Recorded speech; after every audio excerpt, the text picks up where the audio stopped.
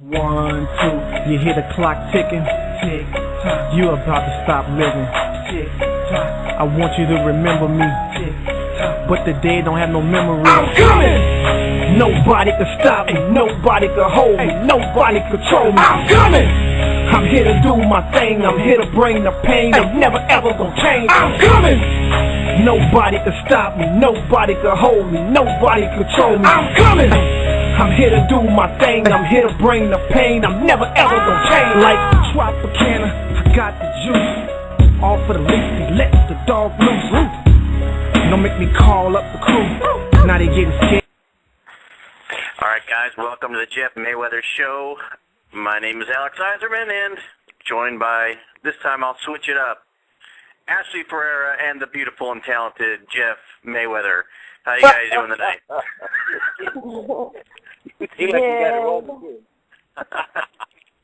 Okay. Hey guys, what's going on tonight? Not too much. No. How about you, Ashley?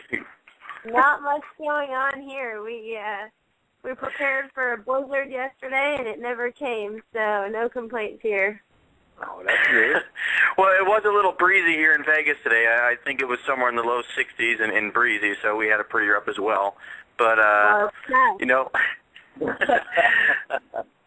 anyway, we got a great show tonight. In about a half hour, we're going to be joining the bottom half of the hour by the brand new 154-pound champion, member of the money team, Ishe Smith. He'll be joining us. Looking forward to that. Obviously, he's quite excited. Dream come true for him. But in the first half hour, I figure, you know, we always bring guests on, but let's just talk a little boxing amongst ourselves a little bit here. You know, quite a bit happened in the last week, so we can cover that stuff. Obviously, the big news was with Floyd Mayweather leaving HBO, going over to Showtime, a new 30-month deal, 6 fights. Jeff, your thoughts on that contract, and were you surprised that he left HBO to go over to Showtime? Well, I mean, I wasn't necessarily surprised because, like I said, I knew about this deal being in the works probably about 7 or 8 months ago. I mean, Floyd told me that something was going to happen. He never really disclosed exactly what he was talking about. He did say, you know, a tremendous amount of money. And, but that's basically, you know, that's all he really said. He never said who the deal was going to be made through or, you know, or what network or anything like that. But, you know, I think that, I mean, it's great. It's great for him, of course. Yeah. Yeah, and the one thing I think that can't be overlooked, I think it's great for boxing, and let me get your thoughts on this, Ashley, because the one thing is that Showtime is owned by CBS, so you know that they're going to start plugging Floyd in boxing in general, you know, like on things like you know, the Final Four and that kind of stuff, so it'll get regular network, you know, advertisements, so I think that bodes well for the sport as well. Your thoughts on that, Ashley? I mean, I think it's pretty exciting. I'm glad that he went where the money is because, you know, he deserves to be paid well. He works hard. And, you know, a little bit of my, you know, law school knowledge comes out. It's not necessarily a 6-fight deal. They approved 6 opponents. So there's definitely no guarantee that it will be 6 fights. But I'm excited about it, and I really hope that, you know, CBS starts to do more fights. You know, they've had a few great cards during the day, or NBC has had a few great cards during the day, and, you know, maybe they'll start to do something like that. As much as they can make it mainstream is good. Right. And now speaking, like Ashley, you said they approved 6 opponents. Jeff, I wanted to get your thoughts on that because it was kind of surprising, not by the names on the list, but kind of the 2 of the names at least that were left off of it. I guess the names on the list were Devin Alexander, Angulo, Canelo, obviously Robert Guerrero, and I'm missing somebody. But Manny Pacquiao and Austin Trout were noticeably absent from the list of approved fighters. Jeff, why would that be? I mean, is it maybe a case of them totally overlooking Trout and his chances of beating Canelo, or what? No, I think what it has to do with Trout not being on the list is Trout is an out-handed fighter. So his fighters are not. I'm sorry, what did you say? I said Trout, he's okay. an Al Heyman fighter. So, yeah. I mean, he's not going to have his guys going against one another. So that's what, eliminated Trout. Pacquiao situation, which, basically, I mean, he had his chance. He didn't take it.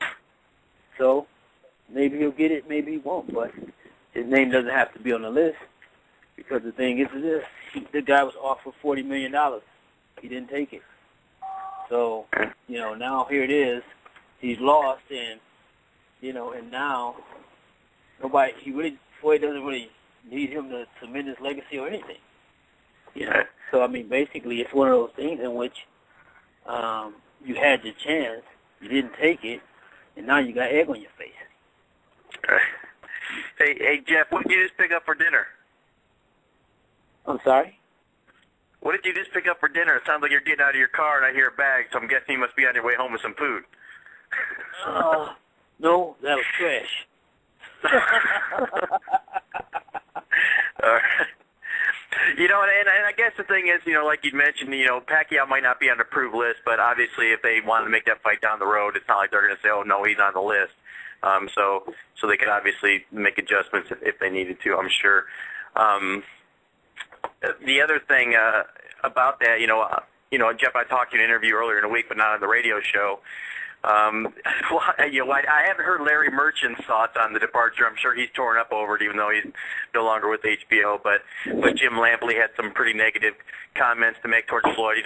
While acknowledging his greatness, kind of went on to say that that he picks and chooses his fights. That he's never out there daring to be great like Pacquiao was. Is it just sour grapes on Lampley's part, or any merit to that? Of course, it's sour grapes. I mean, Floyd fought all the same guys that Pacquiao fought. So what the hell are you talking about? And Floyd fought him first. So all he did was fight the same people that Floyd did. And Floyd did, and I mean, the thing is this, is that at the end of the day, Pacquiao was their guy. And their guy, just like when Floyd said about drug testing, okay, it was like one of those issues. It was like it was taboo. Oh, he's afraid. Oh, he's scared. They ain't never been scared. Scared of what? Basically, he wanted to play on a even playing field, and then, I mean, once Marquez knocks Pacquiao out, all of a sudden now, Jim Lampley, same guy. Oh, we need drug testing. Oh, really? You didn't need it before. You didn't need it when Floyd said it, but you need it now because Pacquiao got knocked out cold. Right. Now, actually, I know you're a huge Jim Lampley fan. I believe you guys actually went out on a couple of dates before. So, kind of, defend your guy there and what he said. Definitely not true. I've never met him. I'm definitely not going to defend what he has to say. I mean, I definitely agree with that drug testing stuff. The first thing that they were all saying was, "Oh, is Marquez juicing?" Because he knocked Pacquiao out like that. Well, you don't have to be juicing to knock somebody out, and so I'm not going to defend anybody. But if you tell me who's Al Bernstein, I would defend him. That's about it. And Jeff, the other person kind of bashed, and I'm assuming that it's probably more, even though I'm sure he believes it, it's probably more for promoting the fight, but Guerrero's been pretty vocal in his saying that Floyd's starting to slip a little bit. He's not the fighter he once was. Obviously, he says he's very smart, but the legs aren't there. They're not what they used to be, and his speed is not quite up to par, and that, he's ripe for the picking. Your thoughts on those comments? I mean, he's a fighter. He's fighting for it, so he's doing the exact same the first 43 said.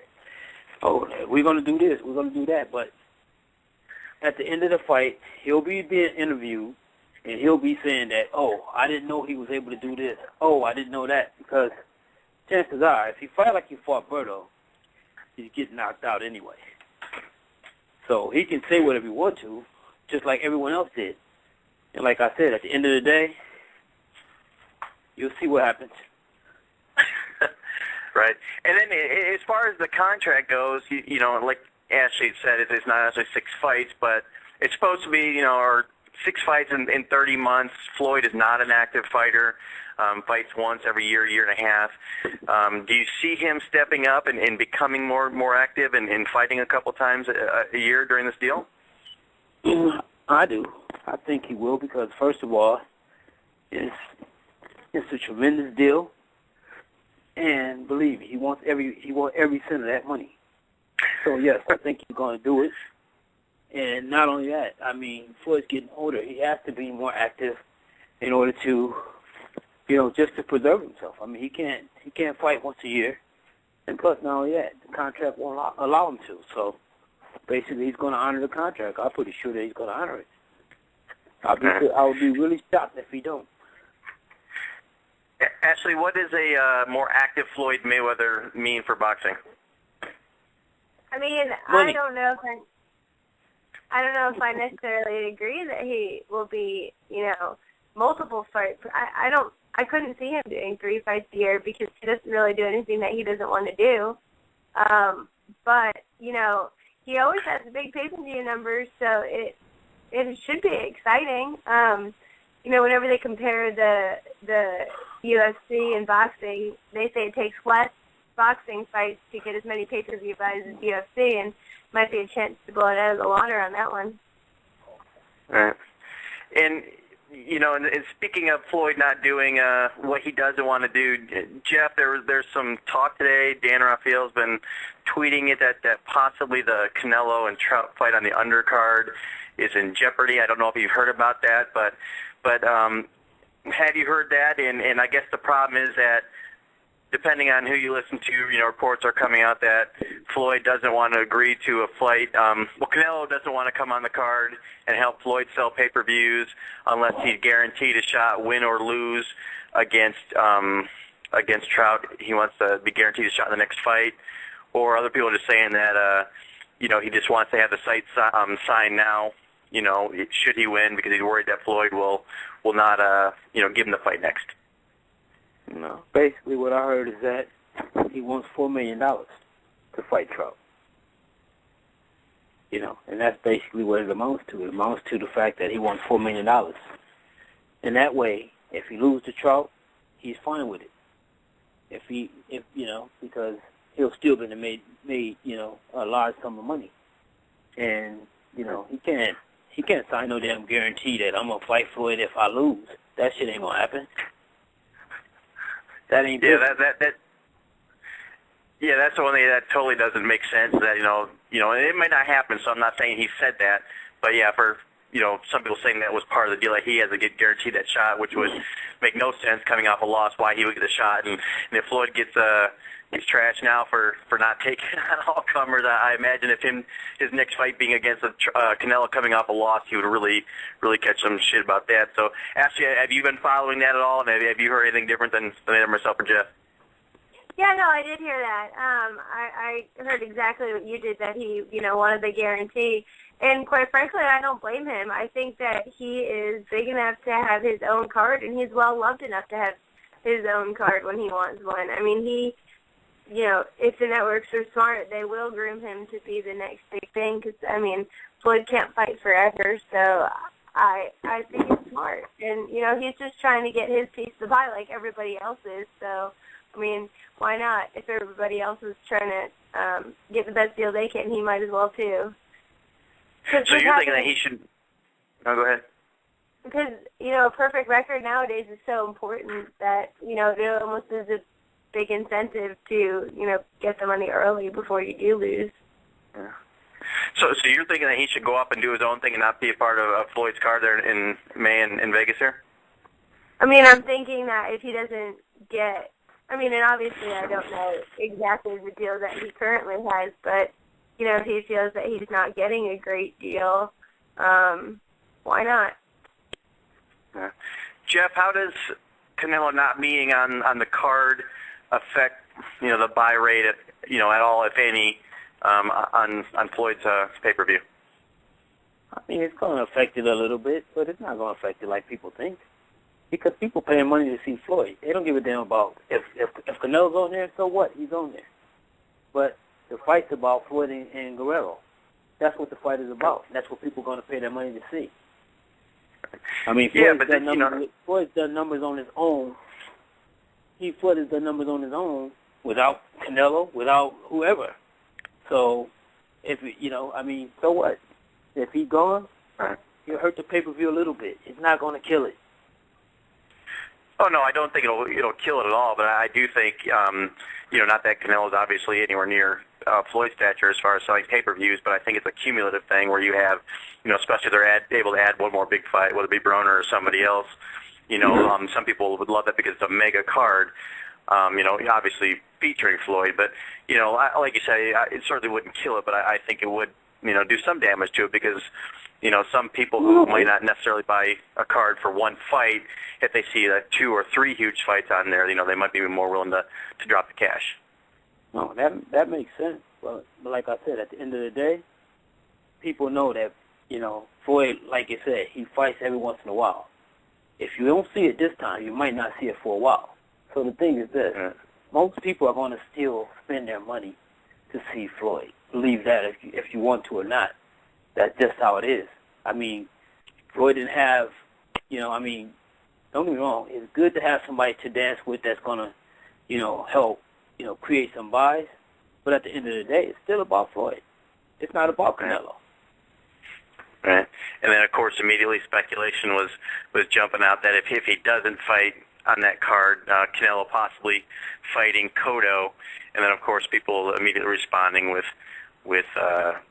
bashing Canelo again, saying that, much like the same Christian Floyd gets, that he's not fighting anybody, and Cotto would not be a good fight for him. So, Jeff, what would you think about that fight if he doesn't go on Floyd's card?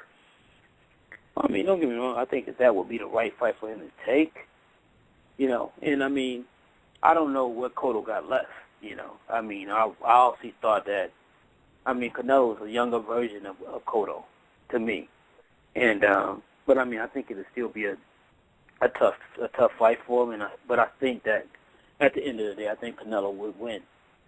But with that being said, I just also think that, it's one of those situations in which, Canelo, I don't think people should actually, talk bad about him for taking a fight like that. Because the kid, he's still young. He's just young, and he happened to have a huge following, And to be honest, I'm wondering if anybody really knows Canelo's real age, because nobody knows. Nobody never knows when these guys come from these foreign places. Maybe he is, maybe he ain't. Well, that's true, but unlike some of those baseball players that come from the Dominican Republic or whatever that look like they're 50 and they say they're 22, at least he looks young, but you are right, baby. Don't get me wrong, he might be. I'm just speaking on the facts because I know how that works. Right. Get a guy over here, you bring him over to the States, and he's 17. But if you ever find his real birth certificate, he's 25. Right. Who cares? Now, He's so cute. What'd you say? I said, who cares? He's still cute. Oh, gee. See, that's the problem when we bring a woman on the show, Jeff. So you can't ask her nothing. Can't ask her nothing. Ain't nothing wrong with that. That's fine. I don't care who he's fighting. I'll tune in to watch him fight. I'll watch his Under Armour commercial. Jeff, the problem is if that fight between Canelo and Floyd ever gets made, I think we clearly know which way Ashley's going to be rooting there. I think that'll be some interesting lead-up when she's bashing Floyd and talking about how he's got no chance. I wouldn't say that. You can appreciate somebody's looks in the ring, but still think they're going to get creamed. It's possible. Well, I guess coming from a ring card girl, your looks in the ring are very important for you, of course. That's funny. Jeff, speaking of Dan Rafael, like we did a moment ago, I'd mentioned to you a couple days ago, I sent you a little message there. He sent some stuff out, and I don't have a source for the information or whatever, but I guess Floyd was quoted as saying that Floyd Sr., his father, will be the main trainer, but Roger will also be in his corner. Elaborate on that. And he also mentioned that Floyd said he'd love to have you in his corner as well and make it a family event. He needs a cut man. He already got a cut man. I know. The cut man's fucking Bob, right? That's why he can't have you three. He needs you and a cut man. Don't get the stupid ideas. No, actually, in a championship fight, you get 4 people in your corner anyway. So basically, it could be us 3 and a cut man. Okay, well that's fine then. I thought he'd gone crazy. All right, so give us a scoop here, Jeff. What's going on? What have you heard? What are you allowed to dispel to us that don't know? No, I mean, basically, I heard the same things you guys heard. And I guess we're waiting to see what happens. Have you ever worked? I'm not the type of person that goes, just because I heard something, I'm not going to go to my nephew and say, oh, you said that on TV, so you got to make sure that's not me. You know, I'm not that type of person. So if it happens, it happens. And that's basically all I can really say. Have you ever in any way, shape, or form worked with Floyd at all as far as his training goes in his career? I never worked with his training. I used to manage him. I was his manager. I was his manager off record. I did all negotiations. I was the one who actually sit down and did all the negotiations with his original contract. You know. So and I did all the everything else leading up to that point, you know, until we parted ways. How do you think that would be, you know, if it did come to fruition and if you were able to work with both your brothers and with Floyd? I mean, would that be a pretty special moment for you? Is it something that you really like, or would that be, you know, a time bomb waiting to happen? You know, and you have the cameras in your face all the time, and in families like that, I could imagine me with my family working together like that. No, it's nothing. I mean, we've done it before. You know, I've worked with Roddy before, and I've worked with Big Floyd before, and I think that, to be honest, I think that it'd be special. It'd be something that's never been done. And I think that, you know, if anybody can pull it off and make it into something big, it's Floyd. So I think that it'd be great. It'd be great for the sport of boxing. And plus that paycheck couldn't be too bad either, right? Working in the corner there. Well, I mean, I'm sure that'd be nice too. It'd be real hard to pick who had the best hair. No problem. Well, we already know, Jeff, that you're... We already got that one wrapped. That's a wrap. I don't know. Ashley's already established that Jeff's not the best trainer. He is the best trainer. And he may also have the best hair. Hey, Ashley, I don't even care. That's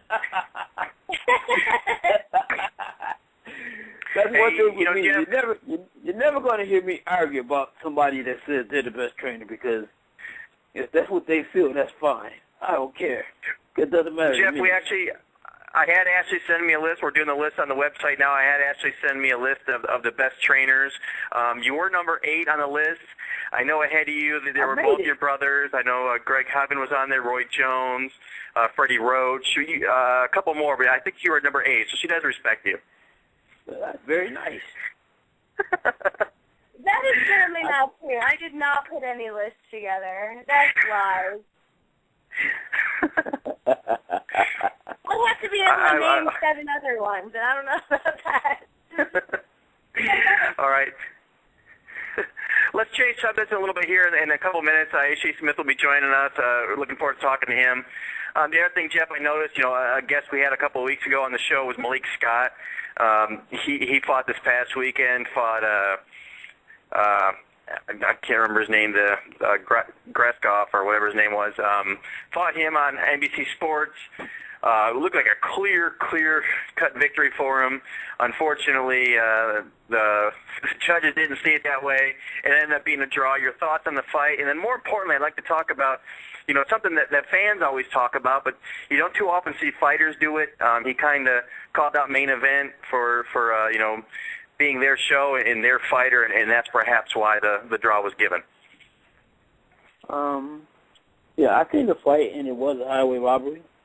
And I guess he feels that way, and he feels inclined to say it because someone needs to speak about it, because the exact same thing happened to Steve Cunningham. And, you know, and everybody that it appears that Fighter Main Event Fighter on that CBS network, you know, sometimes come up short, you know. And so, I mean, you got to hold somebody accountable, you know, if it's happening, you know, especially when a fight was this clear-cut. You know, somebody got to be held accountable, you know, for it. So all he did was spoke his mind, and I think that him speaking his mind was the thoughts of everyone else that actually saw the fight. If you were training someone that was not a non-main event fighter, would you think twice before you, or in any promotion, you know, whether it be, you know, Mayweather, Golden Boy, or whoever, would you feel comfortable having your guy going into a fight with you know, in an event sponsored by promotion when it's one of their fighters? Well, I think myself, I think what I would do is basically, you know, kind of like Malik Scott did. You know, I mean, I would allow my fighter to fight him because he's going to be on TV. So the whole world's going to judge it. The whole world's going to see it. And at the end of the day, believe me, your time is going to come because, you know, just like the guy we just had on the show, Molina, his opportunity is going to come.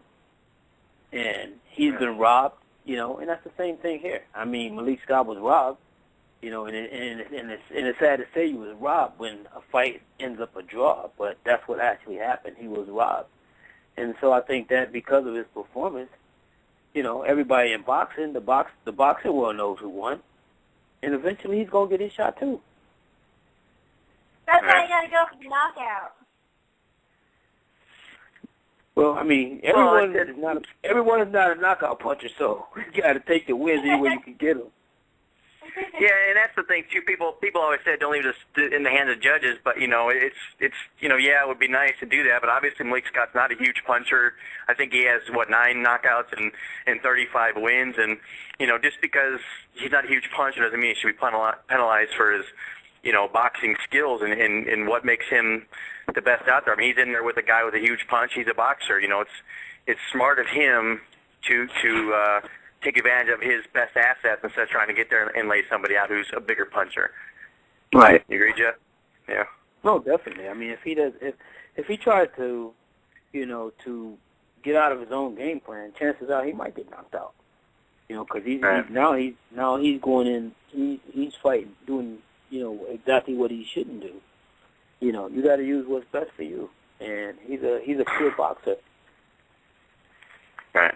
Ashley, let me ask you this and get your law opinion out there. We'll break that out. You know, he called out Main Event right there on TV, kind of accused him of being corrupt. Is there any chance that Main Event could take some action towards him for doing that? Well, I wouldn't be scared of Main Event. I would be scared of, you know, the sanctioning board, because I remember last year in Puerto Rico when what's his name called out the official for being a gambler, he got suspended. So, I mean. Oh, yeah, I remember that. Yeah, Juanma. Yeah. Yeah. No, he was fighting Juan. It wasn't. Oh, yeah, it was Juanma. Yeah, you're right, because he just came back. But, you know, the ultimate defense is truth, and how could you prove that it's not true? I don't know. Maybe it is true, maybe it's not. All right. So there's no possibility of any slander case or anything like that against him? I don't know. Litigation's expensive, and I wouldn't want to get involved in it unless it was a sure thing. All right. I try to get that expensive. All right. So, Jeff, he gets a draw, you know, like you said, that everybody got to see it. Everybody knows it was a fraud, that he really won the fight. Does it affect him negatively in any kind of way, or do people kind of, you know, at least he didn't get the loss. I mean, he got a draw. But does it affect him going forward anyway? I know, you know, at 35-0, it's an impressive record, but he doesn't have any big names on his resume. He's not really considered a top contender now despite that record. So does this really set him back, or does he still keep moving forward in his desire to get a shot at one of the big boys? No, he keeps moving forward because, I mean, like I said, you know, anyone with eyes can see who won. And at the end of the day, that's what most of the boxing public is going to see, and that's how they're going to judge the fight, as Malik Scott as being the winner. You know, and because of that, eventually some promoter, someone's going to give him an opportunity that he deserves because he actually earned it. So I mean, that's all. I think that's all that's what's going to happen is that eventually, at some point in time, he is going to get his shot. All right. Well, let's go back to you and your personal stuff a little bit more. I haven't been in the gym in a couple of days, but I know you said last week that Celestino was heading back to the States. Is he here yet? And what's going on with him? I think they switched the name of his opponents a couple times. So what's the latest on him? Well, the latest is that he's right here in my house right now. Right now. Oh, is he? All right. So yeah, I picked him up a little earlier today, and we just stopped by the gym. We didn't train or anything, and we'll start camp tomorrow. All right. So how's he excited to get back to work and be back in Las Vegas? He was so happy. It seemed like he could speak English clear. So he's been gone. His English got better? I'm joking, man. Well, I mean, we know how well you speak Spanish, so we can bring him on, and you can be his translator then, right? That's true. See. That's all you're going to get from me. So what is the latest on him? His opponent, I know he had a couple of different guys mentioned. Is there anyone that's official here? And also, what's the promotional deal? I mean, is there still problems with whether he's with 50 or whether he's with Floyd, or how's that working out? I mean, basically right now it's a situation where, I mean, neither one of them is promoting him. I mean, he has the right to make a living, so his manager took the initiative to make sure that he could make that living. And he was already contacted by the WBC, and after when we went to the convention last year, they personally said they wanted, Celestino to become one of their champions. So basically, what happened is,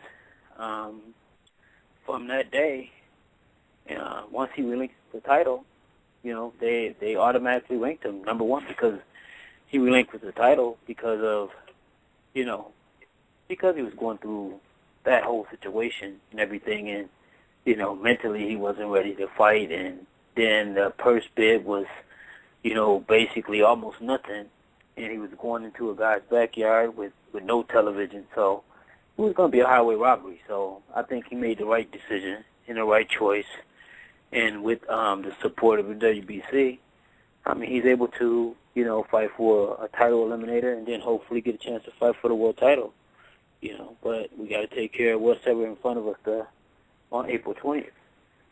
Yeah, that's the thing, and I think, and obviously I'm guilty of it as much as anybody, but that's the thing, he's hopefully, he gets by this fight, this title eliminator, then he gets a shot at Ponce de Leon if he comes out, but obviously, as we've learned, it's never something you want to do, overlook your opponent, the one in front of you. You can't look down the road. You just got to focus on the guy that's right ahead of you. It's still, do you know? I mean, you haven't said. I asked a couple times, so I'm assuming you don't know quite exactly who he's fighting. Well, I mean, the last I know was this guy. I can't think of his name. I just know the guy has been on a hot winning streak. His record is not that, not that appealing or anything that you would be like, hey, you got to worry about this guy. But you can't take no one for granted. The last I know was the guy was like 17-9. He's been on a very hot win streak, and has upset a few fighters, and that's supposed to be our challenge. But at the end of the day, like you said, I mean, nothing is etched in stone, so I guess we'll have to wait and see what happens. Right, yeah, you were talking about Robinson Castellanos was the guy they're supposed to be fighting for the WBC silver champion. And for those of us that don't know, Jeff, what is a silver champion? Well, basically what it is, the WBC has gotten to the point of just creating titles, and basically, I wouldn't necessarily say them. I mean, the WBA too, because the WBA has their, their ultimate champion, the regular champion, and, boxing has gotten to that point of making so many different titles that it's almost like it's hard to follow. I mean, the only thing good about it is that if you are a fighter, you do win one of these, minute titles, it does mean a little bit of something because you make a little more money. That's about the only thing, the value of it. But at the end of the day, it doesn't really mean anything. It just means that you have a title belt, because, it's something that was just created for that reason, for a sanctioning fee. That's what it is. That's basically that's what it really ends up amounting to, is just the fact that an organization has created a belt and they want somebody to pay a sanctioning fee for it. Right.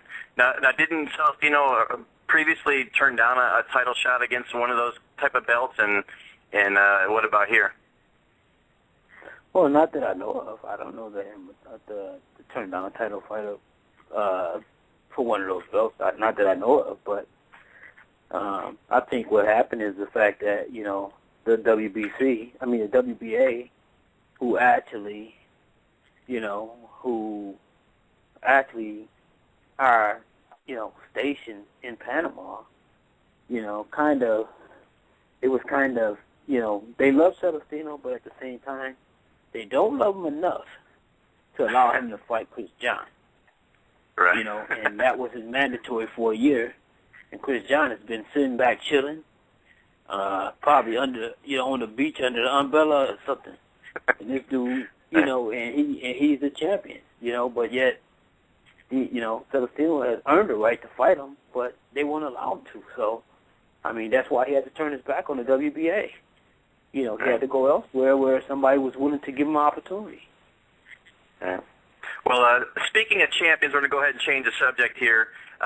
This past weekend, proving his record of 25-5, but more importantly, capturing the IBF 154-pound title was Ishe Smith. He's joining us now. Ishe, welcome to Jeff Mayweather Show. You're on with myself, obviously Jeff Mayweather and Ashley Ferreira. And Jeff, I'm going to let you take over first and welcome Ishe on the show. Welcome, champion. Hey, what's up, Jeff? Hey, how's it going? I'm doing good, man. I'm doing good. Yeah, Ishe is, been knowing Ishe. It seems like I've been knowing him for pretty much, well, I would say mostly all of his life anyway. One of the first young guys that I actually was sparred with, and even then, he showed, a wealth of potential. And here it is, it took a long time, but, he's finally realized his dream. He's champion of the world, something that, he's a part of history. And not only that, he's even a bigger part of Las Vegas history because he's the first one. Yeah, you kind of took what I was going to say, Jeff. Ishe, can you expand on that? I know it was really big to you. You'd mentioned a lot in interviews leading up to the fight. You're the first, it's the boxing capital of the world, but we've never had a boxing champion from Las Vegas. So first and foremost, how does it feel to be able to say you're the first guy from Vegas to win a title? It feels good. It's the feeling to work for something for so long, and all the ups and downs, and I think Jeff can kind of relate to that because boxing is so tough, and to put all out there with your body and go through the miles of sparring and training and all the ups and downs I've had throughout my career, and then finally have it, come to fruition in one night. Awesome feeling. All right. Well, tell us a little about the fight. To some people, it wasn't the most aesthetically, appealing fight ever, but that doesn't matter. You got your hand raised. When it started, he was probably getting the better of it, but as the fight went on, he started to wear down a little bit, and you came on strong. It was a split decision, but you won pretty easily on the two judges' scorecards. Just talk to us about the fight and how well did you execute your game plan and how the fight turned out. Well, we had a good Eddie Mustafa Muhammad put together a good game plan of boxing, working the jab. We knew Dewan Blake kept saying it was going to be an ugly fight. We knew it was going to be an ugly fight because K9 is pretty much always in those typical fights. I've rejuvenated myself to throw more punches, to be a little bit more busier, but the way he fights, he's so awkward. he's, you know, you have to be a little bit just more on the cautious side. You know, he throws punches from all kind of crazy angles. He does a little bit of crazy stuff, so you have to be just a little bit careful, and he can punch a little bit. So we just didn't want to get caught with anything unexpected. So I just thought we executed. I executed the game plan. Those guys came up with a good game plan, and we figured if we would take him to deep waters, he would get tired, and that's what happened. And I was in the best shape of my life, and I was able to come along late and take control of the fight. Were you counting the fact, that he was 39, like you said, being a little older? Were you counting on that he was going to slow down, and that maybe age was going to be, for one of the few times, I guess, on your side in this fight? Yeah, I figured that, but the age, and I figured the way he fought, muscle bound, saying he does 1,000 push-ups a day, and all of that. I just figured he would be tired later. Most muscle-bound guys get tired later, and then we just figured with his age and just all of that, we just figured he would get tired, and, he did. All right. Ashley, were you working, Ashley? Did you get a chance to see the fight? I'm not sure, and if you did see, what were your thoughts on it? I did see the fight, and, I guess my question is, how frustrating is it for you to get a split decision? I know for me it's frustrating watching and seeing that one person appears to be so off, but I guess how do you feel about that? Do you think that, from that judge's angle he might have had a different view, or was it just kind of not fair? I think the conversation would be different if he would have got the win, but, I got 2 out of 3, and whatever the guy from Iowa saw, that's, more power to him. 2 out of 3, we'll take it and get out of Detroit with the victory and, make history. I think that's the most important thing. Most people had me winning and had it a unanimous decision. Obviously, he felt something different, and, it didn't affect the fight. Thank God. Hey, Jeff, what were your thoughts on the fight? And as a trainer who's, you said you're sitting right next to Celestino, used to going with somebody into enemy territory, were you worried about the fight? When they said it was a split decision, being that it was in K9's hometown, were you worried about that at all?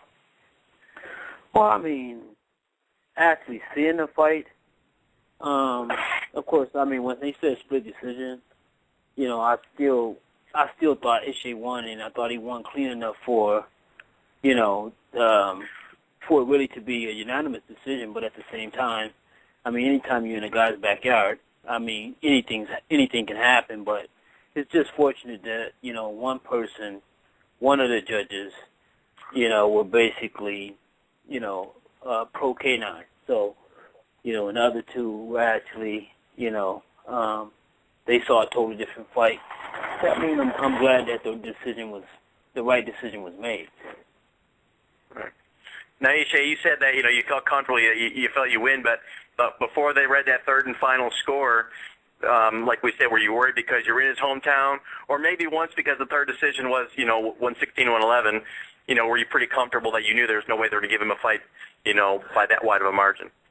Yeah, I was nervous once they read the second score, and like you said, once they said 116-111, I just knew there was no way he had won that many rounds. It's just absolutely impossible. So I figured that judge agreed with the other judge, and I had it. So I was not nervous once I heard the 116. So that was a good thing. Right. Now talk about a little about the post-fight interview. Obviously, it's getting a lot of play, the emotions of it. Obviously, you've worked your whole life. You've gone through some tough times, and here you are at 34 years old getting to finally reach the mountaintop, and you're a boxing champion. So talk to us a little about the emotions of the post-fight interview. I just think it was that you just saw, me, it was no acting, it was just who I am as a person, which all of us have.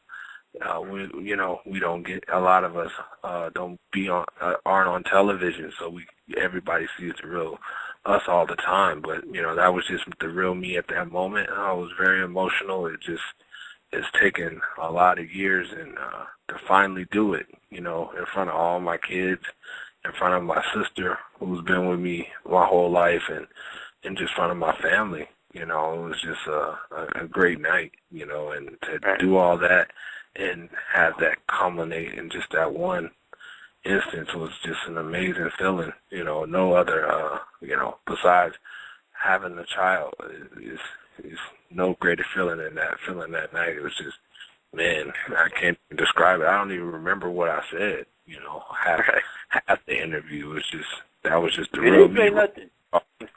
No, I want to say, you know, not to make light of the situation. Wait, not to make light of the situation, but one thing you definitely said, and I do want to know what kind of play this got afterwards, is the fucking Bob comment.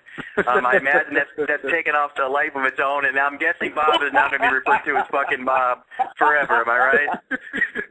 No, he's I don't know where that came from, but somebody just, because I just saw the fight today, and somebody just told me yesterday about that comment. I said, what? And they sent it to my iPhone, and I had no idea I said that.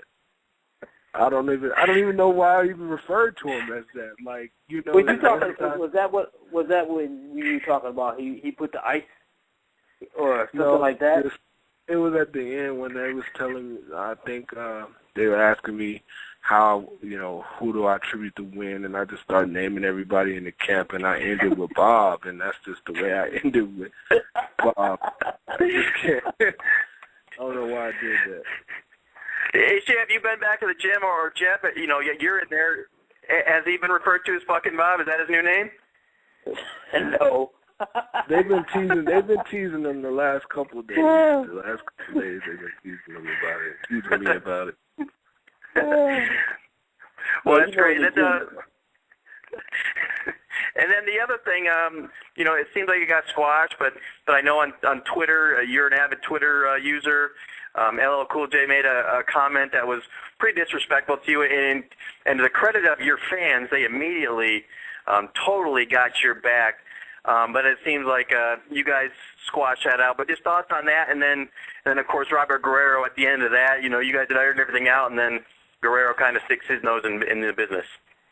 Well, the LL thing is just because, you know, you can't control the way you feel after you accomplish something that you've been working for your whole life. You know, I've been boxing since I was 8. You know, that's 27 years. This year will be 27 years, and to finally accomplish something that I've worked for my whole life is just, you know, no greater feeling in the world. And that's why I told him, you know, if you've been where I've been and been through the things I've been through, you probably would have, you would have cried too. And the whole Robert Guerrero thing was just, I don't know, maybe he's looking for publicity, but, you know, Floyd will take care of him on May 4th, you know.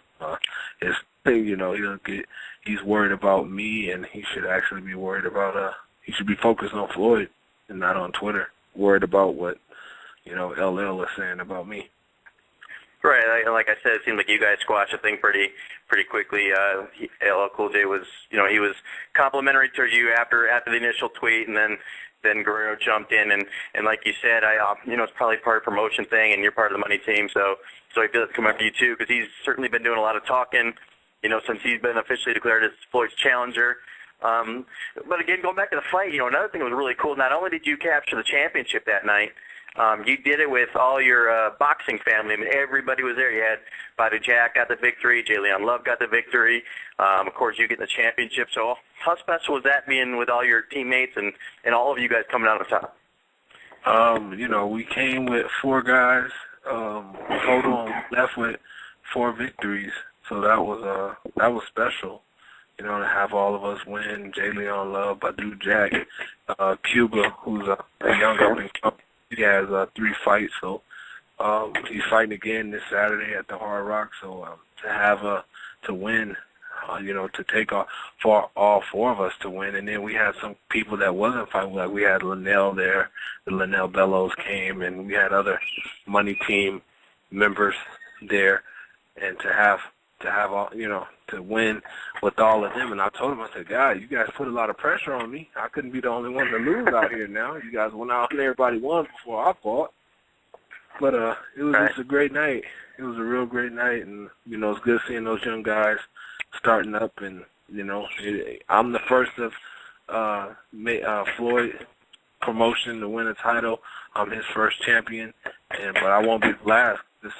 He has some really good fighters. Some real good fighters coming up. Right, like you mentioned, not only a great night for you, great night for Floyd. Obviously, the money team did their thing. I know he was in the corner for Jay Leon during his fight, right? What was that all about? And how did obviously it went well, but what were the people's thoughts on that? I don't know. I don't know because I was in the locker room, so I didn't get to. Yeah, you had something else to worry about, right? Yeah, I didn't get to see it. I heard because Eddie told me. He said, "Hey, Floyd's working Jay's corner." I said, "What? What the hell is going on out there?" So I didn't know. I was like, "What? He's just telling him something to do?" He's like, "No, he's working the corner." And I was like, "Whoa." So, but that's as far as it went. Like, I don't know. I haven't seen Jay's fight. I'm waiting on the copy, the DVD copy of the full card to get a peek. But I just haven't seen it. But I'm pretty sure he won, so it was a good night for them too as well. All right. And Jeff, what are your thoughts on that breakdown? Floyd's performance in the corner there. He got a future in that business? Well, I mean, the thing is this, is that basically it's just a situation in which I think he stepped in because Roger didn't make the trip. Roger's the one who actually trained Jay Leon for the fight and got him ready, but he didn't make the trip. So, I mean, Floyd stepped in. And, I mean, basically he did as if he was in the gym. Basically he was more like just a voice, just a voice that basically a person that has knowledge of boxing just passing on good advice on what he should do. So, I mean, it's just the fact that it happened to be Floyd that makes it a big issue. But, I mean, it was something that Floyd does in the gym all the time. And then, first of all, I'm sorry to get back to you, Ashley. I know you're a huge Canelo fan, but break down your thoughts of Floyd working the corner. I mean, I think I should clarify that. I think he's very handsome. I tend to not look at his boxing while he's boxing. But I mean, I don't know. I think it's definitely influencing for sure, and I feel like Floyd's so unpredictable that, I mean, we'll see. He'll make it interesting no matter what. Right. Ishe, going back to the emotions of the victory and being named a champion, just, you don't have to get, too in detail, but for those that don't know, what were some of the issues that, you had gone through and took, most people knew you originally from the Contender, didn't quite win that, but, you had a lot of ups and downs in that point. So, what were some of the things that really drove you to this point that makes the victory so much more special to you? I went through a divorce, after the Contender, a couple promoter, got released, couldn't get no fights, didn't know if I would ever box again or even even get to that point of winning the championship, and got to that low point where, even thinking about suicide at one point. So, it was, that was probably my lowest point, and to come up out of all of that and, win a world title and have Floyd back me, it just was a lot of raw emotions that night. Yeah, and what did it mean with Floyd? Because, obviously a lot of people had given up on you and much like maybe you thought of yourself, they thought you were done, your career was over, but he obviously stuck with you and obviously paid off for both of you. So what exactly, has he meant to you as far as getting to where you're at? If it wasn't for him, this fight wouldn't have happened. If it wasn't for him, I probably, who knows, I don't know if I would even still be boxing, or I would have still been brought in as an opponent. People don't realize that when I fought in May, I was brought in, as the main guy, and they looked for me he fought me again in September, and the same thing. He's just taking me under his wing, and, he did everything he said he was going to do. I didn't fight for 18 months, and in less than a year of being with Floyd and Mayweather Promotions, I won the world title. So, I mean, it's just my first fight with Mayweather Promotions was in May, and he didn't even sign me. They didn't even sign me right away. I didn't even sign till my second fight in September. But Floyd is a loyal guy. If he tells you he's going to do something, he does it, and he kept his word, and I kept mine and stayed loyal to him. And Jeff, what do you think about as far as the money team goes? You know, obviously when him and 50 Cent split up, a lot of talk about how Floyd, you know, Mayweather Promotions was in disarray and they had nothing going on. Now all of a sudden you have a world champion here. You have you know, undefeated guy in Jalen Love. You have, you know, Cuba up and coming and all these other guys and Mel Bellows. It seems like they kind of have a lot of momentum right now. Speak about that and what he's doing as far as promotions going.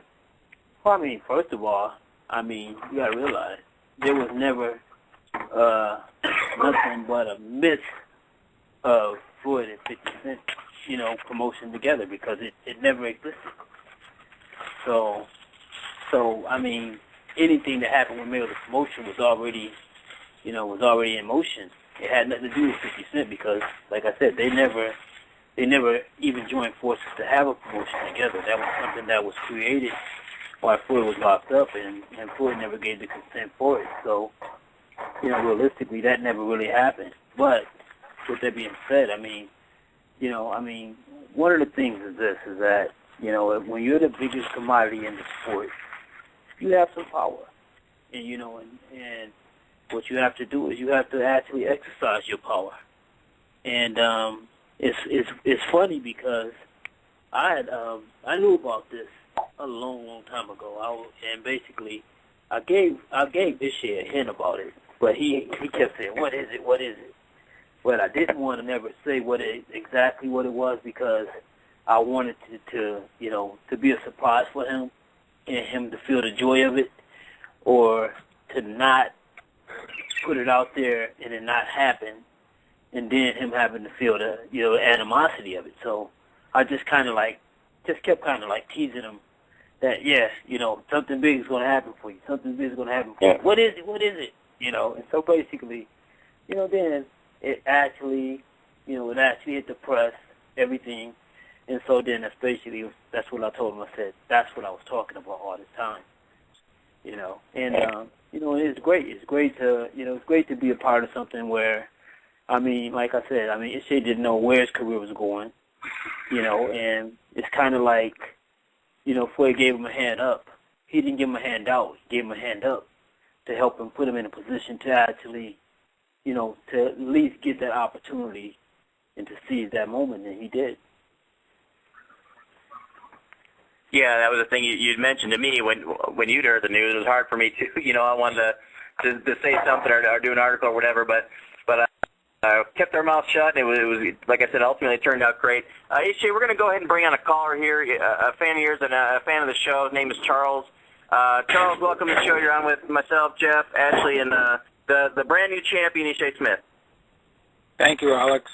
Ishe, I just wanted to congratulate you and say God bless you. I've been, like, going back and forth with you on Twitter since you had the promotional issues, and if anybody deserves it, it's you, man. I'm just very happy for you. Thank you. I appreciate that. Thank you. You're welcome. Ashley, you know, I hadn't heard from you in a while. You know, as far as Ishe goes, from this point, what would you like to see next for him? Well, I mean, I think we talked last week. I mean, I think we know a gentleman that would definitely be interested in the shot. So, Molina's up for it, and you know, he seemed to think that you would be up for it as well. So hopefully that will come down the pipe at some point. But I think that he should just enjoy the win for now. Enjoy being the champ and live it up for a little bit. Yeah, and I know, Ishe, you know, obviously you're still celebrating the win here, and you're certainly not too focused on the future yet. But as far as your own goals and kind of where you go from now, you got any initial thoughts? Well, I talked to Leonard today. We spoke yesterday. we spoke today, and I told him to start negotiating with enough people to see if something could be done. So I don't know when. I still got the bruised rib.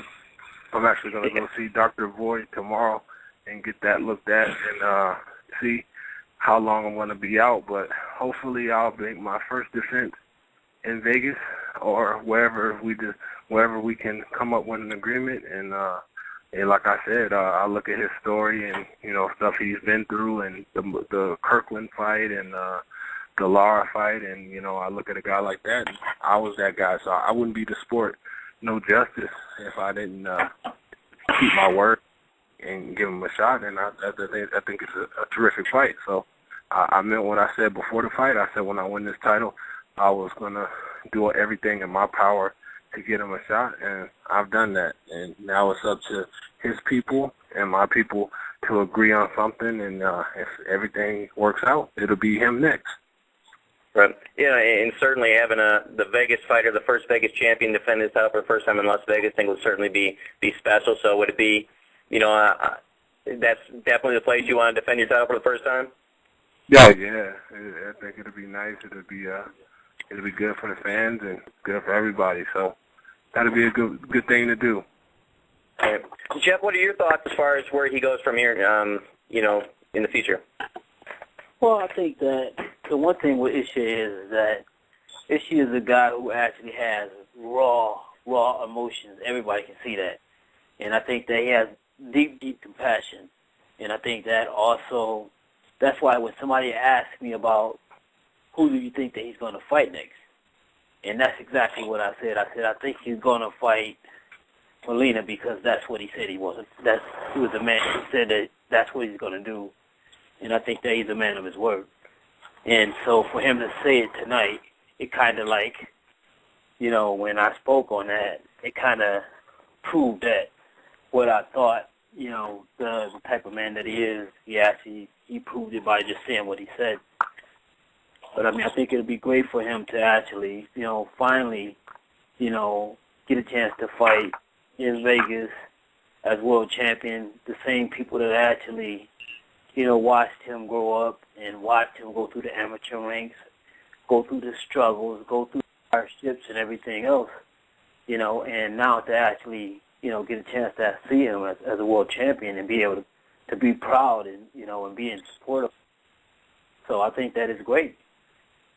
Yeah, that was the thing, Ishe. Well, last week we had Carlos Molina on the show and talked to him, and obviously he was hoping to get a crack at either you or K9, whoever won, and he had said he hoped you won, not because he thought you were the easier out, should you win, but because you had mentioned that you would like to fight him, and like you said, he's just trying to get his opportunity, and he's felt he's been ducked several times and been on the wrong end of some pretty lousy scoring, so he would definitely like to take you up on the offer and meet you in the ring.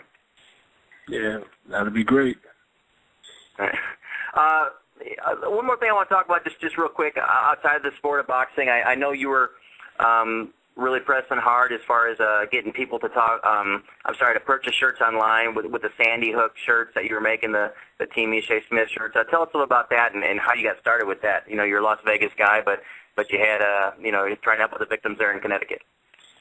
It was just that morning I was taking my kids to school, and I had heard it on the radio and dropped them off, and my kids are the same age as those kids. And when I went home, I cut the news on and found out it was all those kids, and I got more of the story like the rest of America did. And I wanted to do something to honor those kids and to give back, because I was just very touched, by the whole story. I started crying because, I was like, man, that could have been my kids. My son was 6 at the time, and my daughter was 5. She's about to turn 6 here. My son just turned 7 earlier this month, and it was just something that I wanted to do. And I told my team my idea, and I told them exactly how I wanted it, and the shirts made, and they did a terrific job at putting the shirts together. And I said every dime that we make from the shirts is going to go to the school, not to a charity, and every dime that I make, I'm going to match out my purse. So we did good. I think we raised about $1,100, and I'm going to match that and send them some money. And I got Kelly Swanson trying to come up with the, trying to get me who I need to speak to as far as getting them the money. But I didn't really, it wasn't the main thing, publicity for me. I didn't contact news outlets and all of that. I didn't do all that because it wasn't about me. It was about the school. I just was putting it out there for my fans because I wanted people to buy them. I just wanted people to buy them so I could give back. And for folks that are they still available? And if so, where can folks contact you? They're still available. All you have to do is email Sugar Shay, my ring name, Ishe Sugar Shay, but just Sugar Shay Shirts at yahoo.com. Sugar Shay Shirts with an S at yahoo.com, and they'll get you all the details you need and what you need to do. And then just, last thing before we go around the horn here and let everyone get their final thoughts to you, just, again, what's it feel like? Now, no matter what happens going forward, all the negatives in the past, no one can ever, not call you champion now. Now you're officially champ. How does that feel? It's a crazy feeling. I don't think it's fully set in. It's starting to set in because I'm not used to everybody calling me champ. I've been to the gyms. Everybody's calling me champ. It's an amazing feeling, man. It really is. I'm just praying to be humble still. I just want to be the same guy. To me, I'm still the same guy that caught the bus, that was catching the bus 3 years ago. I don't want to lose that side of me because I think that's what happened to me the first time. I got, so much fame so fast with the Contender, and I got ahead of myself and forgot what boxing really meant to me, and I don't want to do that again. So I'm remaining humble, but it's a great feeling. Now, Jeff, you know Ishe better than me, obviously, or better than most people. So what do you think? He's got that belt. He's worked so hard all these years. Is he standing in front of his mirror posing with the belt, or walking around the living room with it over his shoulder? What do you think? I think he's doing a little bit of both. And he should. Taking a shower, nothing on but the belt, Just kidding. Yeah. Do you do anything like that, Ishe? I'm sure you had to pose it a few times, but look yourself in the mirror at least. Yeah, just happy, man. I'm just happy. I really am. It's a great feeling. Well, we're happy for you too. Obviously, we, Jeff and I are in the gym a lot and get to see you there, and we know the work you put in and the dedication you've had to it, and all the things you've gone through. So we're super excited for you. We're just gonna go ahead and make the rounds here, and anyone got any last comments or thoughts? Charles, anything else you want to add? I just wanted to thank all of you once again for allowing me to come on to the show, and I just appreciate it. And Ishe, I hope you heal up quick. God bless you again. I appreciate it, Charles. Thank you. My pleasure. All right, Ashley, you've been awfully quiet tonight. What about you? I just... She's still mad about the Jim Lampley comment I made, aren't you? No. Not at all. You know what? He can defend himself. And I would prefer that he starts by defending those glasses that he wears. It's awful. Nope. Anyway, anything? Go ahead with Ishe. Anything you got to say to him? Congratulations, and don't let anybody make fun of you for wearing the belt right now. I mean, that's why you do it. So you got to take full advantage of it and enjoy it. So congratulations again. Thank you. I appreciate it. And then, and actually, I'll let Jeff finish up. But I'll just say again, like I said, Ishe, on my behalf, it's really cool. I've gotten to see it in the gym quite a bit over the last year. I know the work you put in and the dedication, how much you wanted. So, it's really cool that a local guy got to finally make good, and all the struggles you went through all seem to be worth it now. So that's just awesome, and I couldn't be more happy for you. Thank you. I appreciate that. Yeah. And Jeff, I'll let you finish it up and say some words, and I guess you can't do the customary dismissal tonight because you can't do that to a brand new champion. So I'll let you wrap up how you see fit. Well, basically, like I said, I've known Ishe, like I said, since he was, a kid, and was one of the first young kids that I sparred with, and like I said, I seen, promise in him way back then, and I'm glad to see, his dream actually, be fulfilled is one thing. And also I think that, just his whole entire story, is, it's an inspiration. It's an inspiration to anyone that, have doubt in their hearts and may have given up on themselves. I think that, what, Ishe showed him that, don't give up on yourself, and, you never know what can happen. And, he's living proof. He's living proof that, here's a guy who actually was ready to take his life, and, now he's champion of the world. He has everything in the world to live for, and, so I mean, he's an inspirational story to anyone. So I think that, I'm glad to be a friend of Ishe. I consider him a friend for life, whether he's champion or not. Very well said, Jeff. Oh, Thanks. Ishe was waiting for more. He's like, wait, you gotta keep going. You're on a roll, right? This sounded good. Keep going, please. It sounded good. No, it's just the truth, man. I mean, I know I've seen you, like I said, I've seen you, go through all of the trials and tribulations, the bad decisions, and things like that, and there's one thing, you know what I'm gonna say. I know. Oh yeah, we need at least one good story, Rook. Yeah, go ahead. Okay. I really was happy for Ishe when he won the championship. I was ecstatic. And I sit there, I watched his emotions unfold, and I watched as he dropped to the ground and put his son on the ground.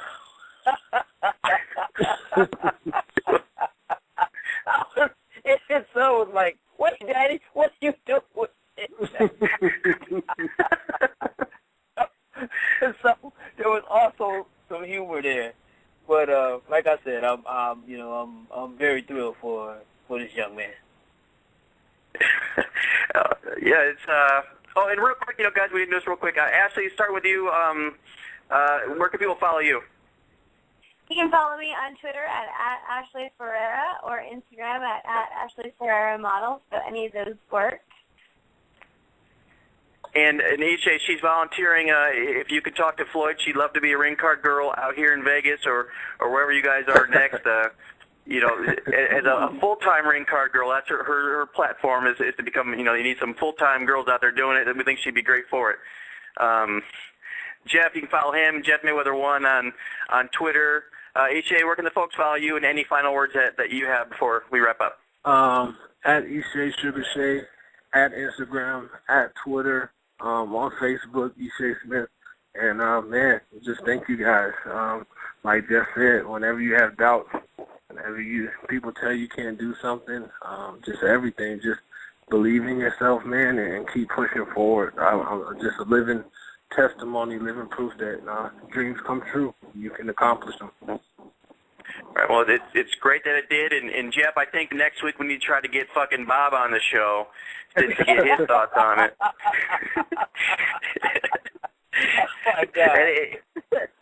He better have a new Twitter that says @fucking Bob would be great. I think he needs to have that. But again, Ishe, like I said, congratulations, and you definitely are living proof. You can get slow as you get. You went from, like I said, thinking about ending your own life to being crowned a champion with your kids in the ring with you, and it couldn't be better than that. And that's awesome. We're really happy for you, and thanks so much for sharing your story with us tonight. Thank you guys for having me on. God bless all of you. Thank you guys. All right, man. You too. Appreciate it. That was you too. Take care. That was the champ, the 154-pound IBF world champion, Ishe Smith. Thanks so much for joining us. Anything else, guys? We're going to wrap it up here. I think we all said anything. Ashley or Jeff, got anything to say? I think that's about it. I think we had a great show, man. Yeah, it was great. It was great to get him on there, and great to hear his story, and it was really cool to hear what he had to say. All right, guys, we will talk to you next week. Take care. Bye. Bye.